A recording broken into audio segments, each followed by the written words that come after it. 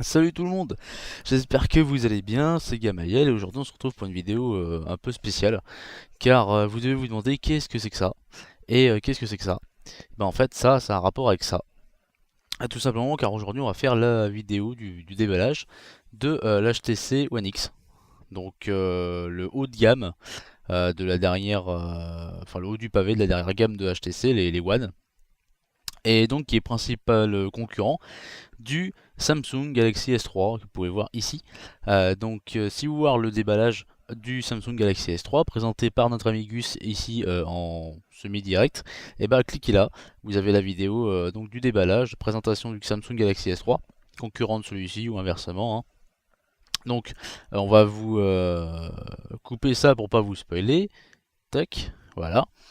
Donc, et on va le virer, ça c'est un HD2, on s'en fout, on n'a pas besoin. Donc le HTC One X, alors petite précision, c'est pas un vrai déballage, hein, je l'ai depuis sa sortie.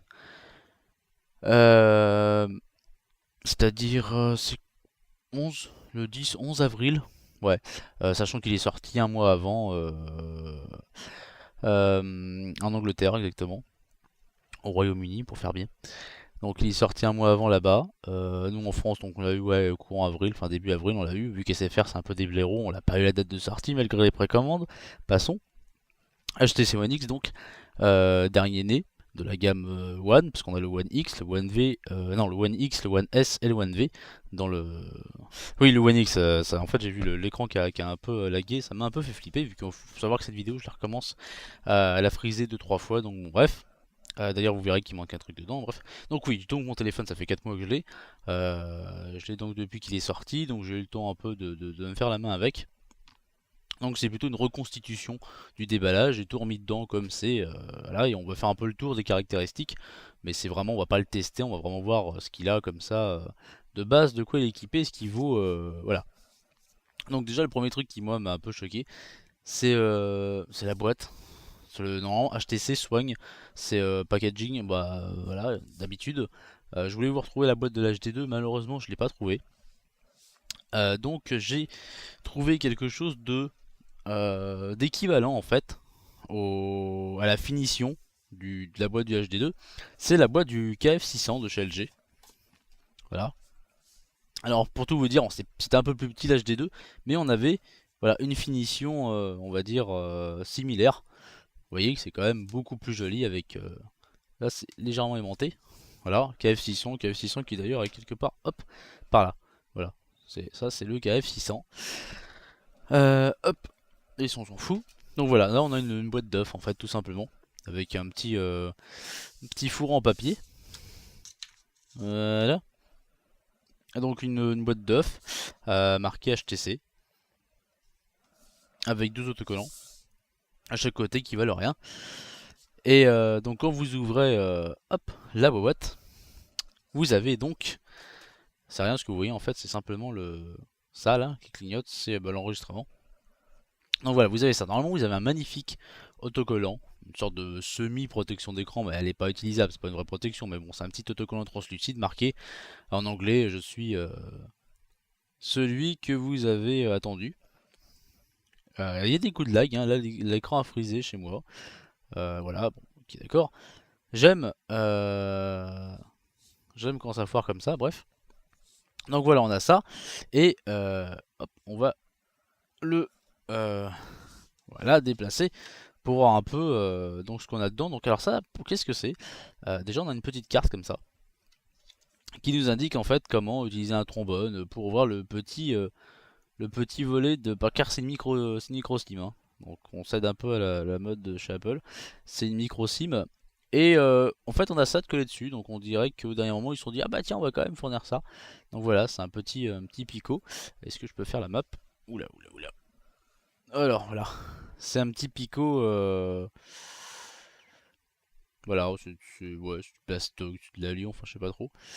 Voilà, voilà, sigle HTC, bon c'est toujours petite attention, mais bon c'est vrai que c'est assez fait à l'arrache. Hop, on a forcément le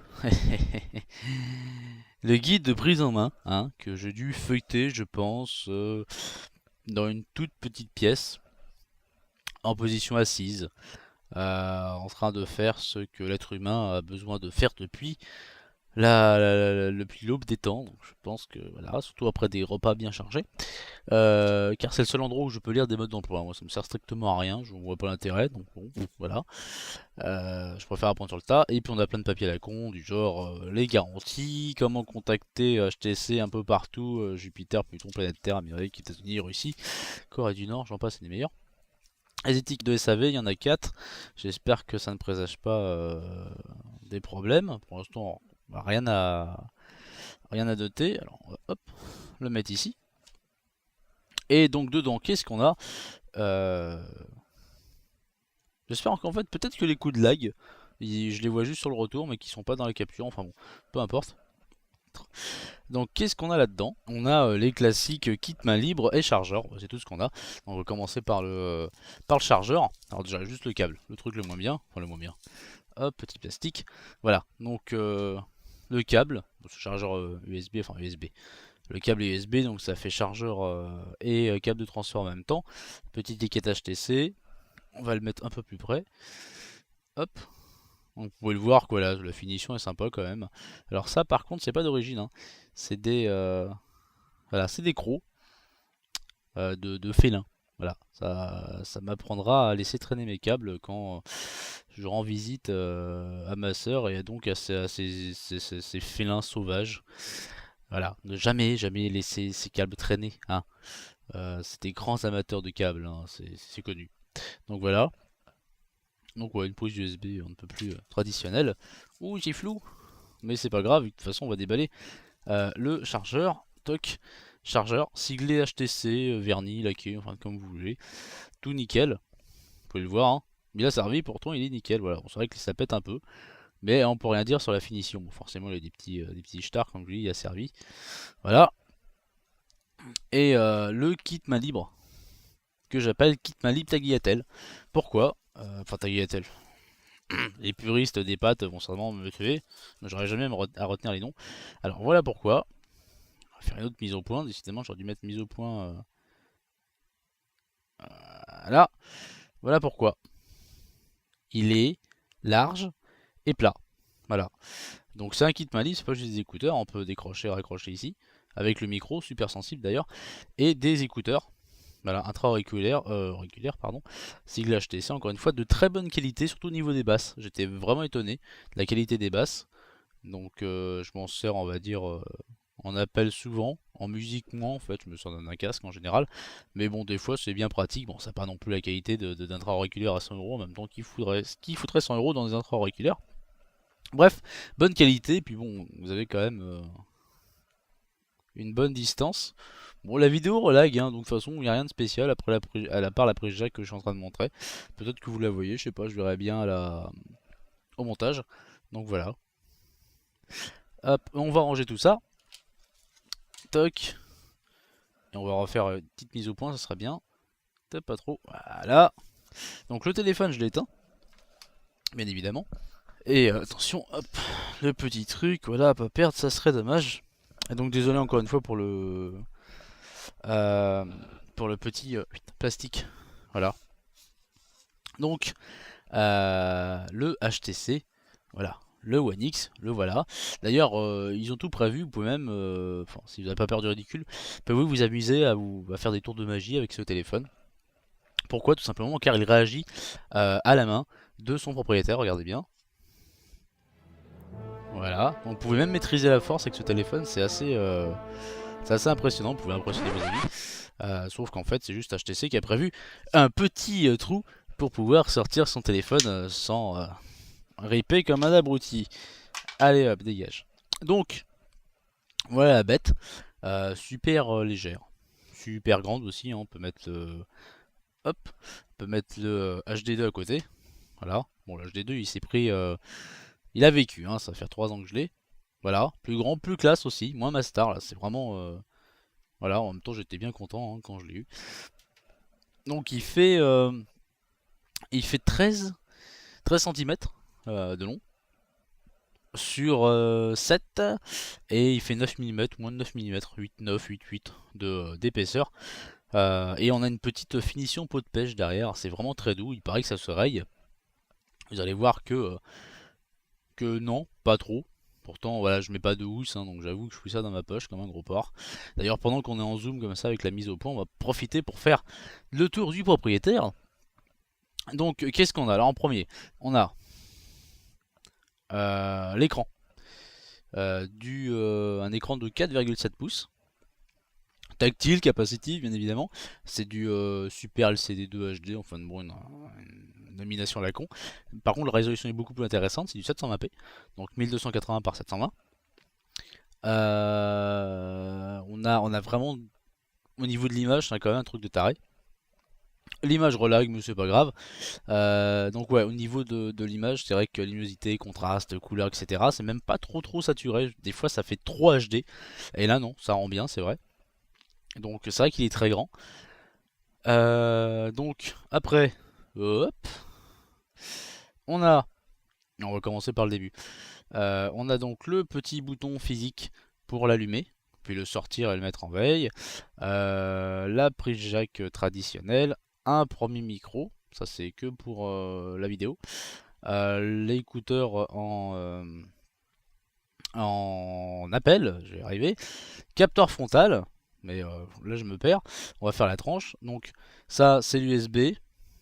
L'USB d'ailleurs qui est compatible MHL.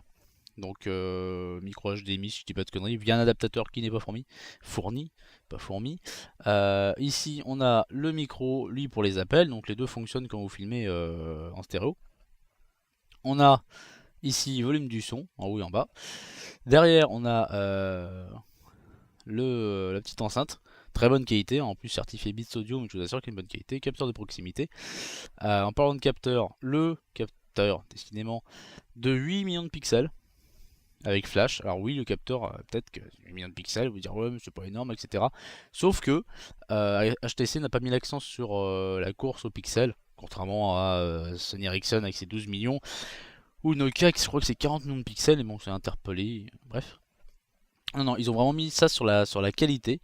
Qu'est-ce que c'est que ça? Ils ont vraiment mis ça sur la qualité des photos. Donc on a un double obturateur en plus. Il peut filmer donc en 640, 480, c'est classique, 720p bien évidemment, et 1080p, donc Full HD, à 30 images par seconde. Il peut aussi faire des vidéos ralenties à 100 images par seconde, si je dis pas de conneries. On a effectivement à côté ce petit truc qui est un flash, c'est un peu obligé. Flash qui est assez puissant, même si je me sers jamais du flash, c'est assez rare. Donc le capteur frontal qui lui fait 1,3, c'est un peu léger, même s'il paraît que sur une caractéristique on peut faire des vidéos, des visioconférences en 720p. Ce dont je doute avec un capteur d'1,3. Bon, ça relag, de toute façon rien d'extraordinaire. On a fait le tour hop, de la coque en fait du téléphone. D'ailleurs comme vous avez pu voir, il n'y a pas de port il n'y a pas de port micro SD. Tout est dedans. Voilà, il n'y a même pas de batterie, de capot, il n'y a rien. C'est un monocoque. Voilà, rien à voir avec les bateaux. C'est un monocoque. C'est solide, hein, je peux vous le dire, parce que... Alors, pourquoi c'est solide? Car si vous regardez, hop, vous voyez ici, là, vous voyez ici, le petit truc là sur le bord? C'est un petit éclat. Pourquoi c'est un petit éclat? Tout simplement parce que ce téléphone a pas trop... Enfin, pas survécu. Si, il a survécu, mais bon, il a pas trop pressé son voyage à Limoges. En fait, quand vous mettez votre smartphone dans une chemise, dans une poche de chemise, fermez la poche. Car quand vous sautez, hein, un vendredi soir, ça arrive des fois qu'on saute les vendredis soirs, tard dans la nuit, quand vous sautez, et bah le téléphone, lui, des fois, il est un peu décalé. C'est-à-dire que quand vous arrivez, lui, il monte, et forcément, il y a une désynchronisation de la position dans l'espace, et votre téléphone, lui, se ramasse la gueule sur le bitume. Donc, il s'en est plutôt bien sorti. Hein, il a dû monter à 2 mètres à peu près, puis s'éclater sur le bitume, et il y a juste ça, voilà. Donc non, c'est solide, hein, la Gorilla, parce que c'est la Gorilla Glass 2. D'ailleurs, est-ce qu'on fait le test? Oui, on va faire le test. Allez, soyons fous, on va faire le test. On va faire le test du cutter, du couteau, est-ce que j'ai du papier quelque part par là? Du papier, ça c'est une feuille de papier. Hop, c'est une feuille de papier. Il me faut donc une feuille de papier, on va On va prendre ce petit morceau là, c'est suffisant. Il me faut, hop, feuille de papier. Il me faut un crayon. Crayon que je n'ai pas sous la main, forcément. Si, il y en a un là. Hop là. Ouh, magie. Et il me faut mon éternel. Parce que je sais plus où est mon canif. Voilà, une lame. Alors, c'est pas super bien aiguisé. Hein, mais ça suffira pour faire ce qu'on va faire. De toute façon, à partir du moment où ça coupe au papier, c'est que ça coupe un peu ce qu'il y a en dessous. Et ça me ferait chier d'esquinter ça. Donc voilà, vous pouvez voir que il n'y a absolument rien, hein, l'écran est nickel. Vous pouvez voir que le papier, j'ai l'impression de faire un tour de magie à Gérard Majex. Voilà, on va tracer une ligne sur ce papier. Voilà, bien vous montrer que cette ligne, voilà, il n'y a rien, hein, c'est pas, elle n'est pas coupée. Et on va, hop, on va prendre ça et on va aller couper la ligne. Il coupe pas très bien, hein. Voilà. Malheureusement, je préfère mon canif, il coupe mieux. Donc, pour voir que c'est toujours le même papier, hein. Hop. Pour voir que là, c'est coupé. Hein, vous voyez bien d'ailleurs. Voilà. C'est coupé. Et on peut voir que le téléphone, lui... Oh mon dieu, il y a une rayure. Eh bah non. Il n'y a rien. C'était juste en fait une petite fibre de papier. Voilà, il n'y a pas un pet. Sachant que ça coupe mal, je dis quand même un peu forcé comme un bourrinos. Donc voilà, la Gorilla Glass 2, elle fonctionne vachement bien. Vraiment. Hop, remise au point. On dégage tout ça. Donc vous voyez que c'était... Enfin c'était... non, moi je m'en fous. À chaque fois je fais flipper tout le monde quand je fais ça. Mais non, je m'en fous, je l'ai déjà fait avec l'HD2. Je vais pas le faire non plus, il faut pas dégoter. On va l'allumer. Il risque d'être un peu long, hein, vu que bon, forcément, j'ai foutu tout un tas de merde dedans. Et donc, les premiers démarrages, bon, ils vous demandent de configurer tout le bordel. Et après, c'est à peu près 10 à 15 secondes par démarrage. Il est assez rapide et pour cause, car je me suis arrêté au capteur, mais j'ai fait un petit tour rapide par la mémoire de stockage. Comme je vous l'ai dit, il n'y a pas de micro SD. Non, en fait, il y a 32 Go en interne. C'est pas 32 Go, c'est 26 en fait. On n'a pas accès aux 32. Par contre, oula, attention. Par contre, on a hop, 25 Go offerts sur 2 ans avec l'application Dropbox, qui est en fait une application de cloud. Voilà, on met des fichiers sur un serveur à n'importe quel appareil équipé de l'application Dropbox, et bah peut échanger, écrire ou lire sur bah, c'est du cloud quoi. Voilà. Donc ouais, 25 Go. Mais bon, le plus intéressant, c'est qu'est-ce qu'il y a dedans, vraiment, ce niveau processeur, RAM, etc. Bah, la RAM, c'est 1 Go. Alors, 1 Go, c'est un peu léger, je trouve. J'aurais préféré un 5 ou voire 2 Go. Mais bon, les constructeurs ne pensent pas utile de faire des téléphones qui sont pour 5 à 10% des acheteurs. En fait, faut pas se leurrer. On va dire que ça soit pour les iPhones, parce que les iPhones, tout le monde en a. On va dire 80 à 85% des acheteurs possesseurs d'iPhone et de smartphones en général. Bon, heureux problème technique. Donc disais-je, à propos des utilisateurs de smartphones, donc personne n'utilise vraiment, n'exploite leur téléphone, hein. Quand je vois, bon, ça fait un petit bouton qu'on a des smartphones qui filment en 720p, et tout le monde filme encore avec des résolutions de merde, comme ça la verticale. Hein, au lieu d'avoir des belles 16 neuvième en 720p, non, non. Bon, voilà. Pareil, les claviers AZERTY, heureusement que maintenant on a des claviers AZERTY comme ça, à la verticale. Avant, en horizontal, on avait des claviers AZERTY, à la verticale, on avait un clavier classique de téléphone. Bon, bah, les gens ils disaient que le clavier classique, bon, voilà. Tout ça pour dire que les constructeurs ne vont pas se faire chier à faire des téléphones qui vont se vendre que pour 5 ou 10% des acheteurs, c'est-à-dire les passionnés de high-tech, les geeks, etc. Donc ouais, 1 giga, je trouve ça un peu léger. Bon. Après au niveau du processeur, c'est déjà un peu plus couillu. C'est une Tegra 3 quad-core. Voilà, donc on a 4 processeurs là-dedans, enfin 4 cœurs plus exactement. Et cadencé à 1,5 GHz, contrairement à l'Exynos de Samsung.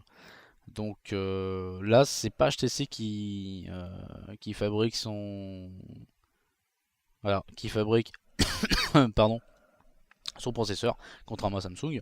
Donc là, ça c'est ça ce que vous ne verrez pas. Hop, on a une animation météo avec ma localisation. Voilà. Après, il va sûrement me demander de taper le code PIN, et en fait non.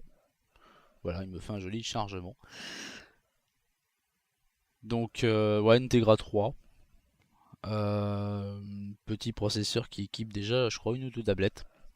De toute façon, c'est les deux seuls quad-core du marché, hein, Samsung Galaxy S3 et le HTC One X, enfin du moins en Europe. Sachant que le One X là-bas aux États-Unis, lui, il a un dual-core, il a un Snapdragon, je crois. C'est un quad-core Snapdragon, enfin je sais plus. En tout cas, c'est pas le même processeur. Donc encore une fois, on n'est pas là pour tester les performances du téléphone. C'est une présentation des caractéristiques, en gros. Donc ça tourne sur Android, mais bon là ça charge beaucoup, vous inquiétez pas, c'est vraiment à cause de toute la merde que j'ai foutu dedans. Voilà. Là vous pouvez le voir en fait que ceci c'est un fond d'écran mais en 3D. C'est de la 3D gérée en temps réel car on peut tourner hop autour, vous voyez, en temps réel. Admirez mon indicateur de batterie.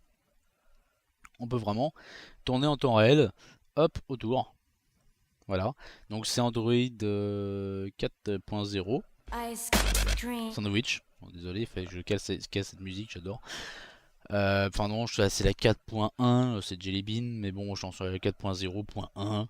La ROM est pas tout à fait d'origine, hein, parce que bon, je vais pas un téléphone comme ça, avec toute la merde, déjà un téléphone qui est bloqué, parce qu'Android est pas routé d'origine, et plus toute la merde des SFR qu'il y a dedans, les ROM SFR, enfin les ROM opérateurs, c'est de la bouse. Vous avez en plus les mises à jour 3 ou 4 semaines après les officiels, enfin bref.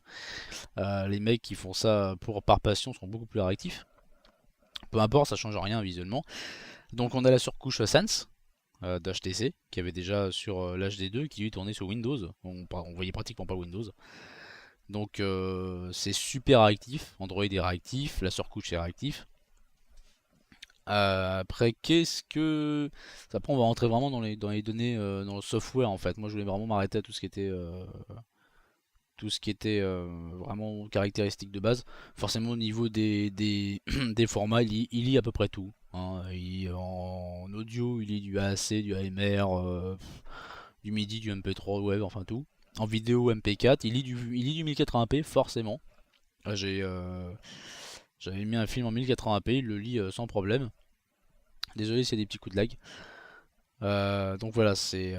Après, au niveau software, il y a des trucs intéressants comme le fait qu'il n'y a pas de vidéo, de photos séparées, il y a juste deux boutons. On verra ça dans une autre vidéo. Je ferai une autre vidéo, je pense, après sur le terrain, comparaison avec le HD2, etc. Peut-être avec le S3, je sais pas, faut voir avec l'Amicus. Donc voilà, Wi-Fi, forcément, Bluetooth, enfin bon, le truc habituel, hein, j'ai pas. Il est pas compatible 4G, par contre, ça c'est un gros problème pour moi parce que la 4G devra arriver quand même bientôt, je pense, d'ici la fin de l'année en France, même si on est quand même à la bourre, comme souvent le cas dans ce genre de domaine. Et le point faible, c'est la batterie, 1800 mAh, je trouve ça un peu léger. Pour une bécane comme ça, c'est voilà. Bon, ça tient une journée et demie en utilisation, enfin 2 jours en utilisation normale. Par contre, en appel, vous pouvez faire 10-12 heures en appel, c'est assez impressionnant. En audio, vous pouvez faire 8-9 heures en MP3. Par contre, si vous jouez à un jeu 3D que je vous montrerai dans une autre vidéo, c'est à peu près 2 heures, 2 heures et demie. Et ça chauffe beaucoup. Mais ça, c'est un peu normal. Je pense avoir rien oublié. Le processeur, la RAM, le stockage, les connectiques. Ouais, voilà. Je pense que niveau caractéristiques, on a fait le tour. Après, voilà, tout est software. D'ailleurs, on a que ces touches-là, c'est des touches tactiles aussi, hein. On a le home entre guillemets, le multitâche retour, même si là ce qui est en dessous c'est tactile en fait, parce qu'il y a un cercle pour déverrouiller sur l'écran de veille et on peut l'amener vers le bas. Ici c'est tactile aussi, mais bon ça sert pas à grand chose. Et le HTC ici s'allume. Voilà, j'espère que l'image a pas lagué là-dessus. Je pense avoir fait le tour. Après je vais voir si je peux faire d'autres vidéos, enfin si voilà, j'ai la foi de faire une autre vidéo vraiment parce que ça vaut le coup quand même de voir un peu ce qu'il a dans le ventre au niveau jeu, au niveau photo et vidéo quand même. Ça serait bien parce que la reconstitution, j'ai du mal, du déballage c'est bien, mais bon, l'utilisation c'est mieux. Ah oui, si, peut-être l'objectif c'est une focale de. Non, c'est une ouverture de 28 mètres et une focale, je crois, de 2, il me semble. Donc ça permet d'avoir. Oh, il y a de la rage. Ça permet d'avoir quand même quelque chose d'assez sympathique au niveau champ de vision. Voilà, voilà. Mais écoutez, je vous dis à très bientôt, soit pour une vidéo du One X, soit pour autre chose. un Wii, un test ou peut-être encore quelque chose de nouveau. Et puis donc je vous invite à aller voir la vidéo de l'Amigus et sa présentation du S3 hein, qu'on va remettre juste ici. Et puis bah, je vous dis passez une bonne journée, une bonne soirée, une bonne nuit sur l'heure à laquelle vous regardez cette vidéo. Et n'oubliez pas, car moi je n'oublie pas. Et à très bientôt. Allez tchuss.